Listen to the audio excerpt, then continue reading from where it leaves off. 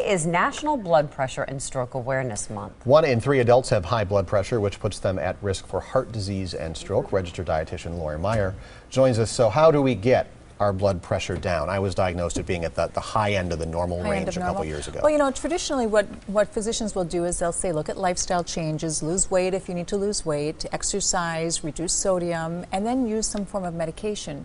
But researchers have actually been looking at certain foods and certain things that they can do to the diet to actually bring the blood pressure down. And for a long time they've been looking at potassium, but now new research came out about vitamin C. And they're finding that if you add enough vitamin C to the diet, you may actually help to lower blood pressure, and they're finding 500 milligrams a day. So what I did was I put together a list of those vitamin C rich foods. The top of the list is the red bell pepper. Half a cup, 142. I mean, that's a third of your requirement right there. Wow. Half a cup of kale, 120. Half a cup of broccoli, 89. Half a cup of Brussels sprouts, 48.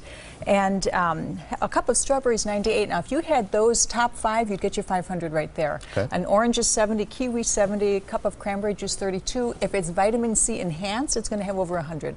What about supplements, real quick? You can certainly take a supplement. That way? You can get it from supplements. I think vitamin C works better in food because of the cofactors, but if you don't get enough from diet, take a supplement. Okay. Other foods that help bring it down, and you have a little buffet set up for us here. I do have a little buffet because researchers buffet. have been finding there are certain foods that actually have chemicals in them that lower blood pressure. The first is celery, and for a long time we thought celery was raising blood pressure because it's a little bit higher in salt. It actually helps to lower stress hormones, which reduces the blood pressure, also is a diuretic. Beets contain nitrates, act similar to nitroglycerin. They relax the blood vessels and lower it.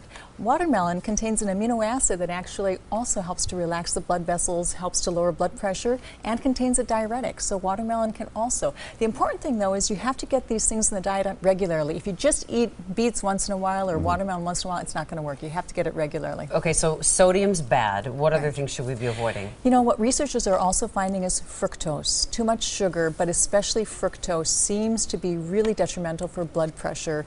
It tends to regulate or interfere with regulation of salt or sodium, and it makes the body retain more salt. So if you're eating a lot of fructose, a lot of high fructose corn syrup, corn sugar, drinking a lot of sodas, this potentially could be the reason why you have high blood pressure, so you really want to knock that out. We're not necessarily saying avoid fruit because fructose is in fruit. Right. Researchers find you don't get enough of it in the fruit, but it's the added fructose that you really want to watch. All right, Laurie Meyer, thank you as usual. Got a question for our experts? You can email them. Ask the expert at today'stmj4.com. You can also leave a voicemail number to call, 967-5253. We're back after this.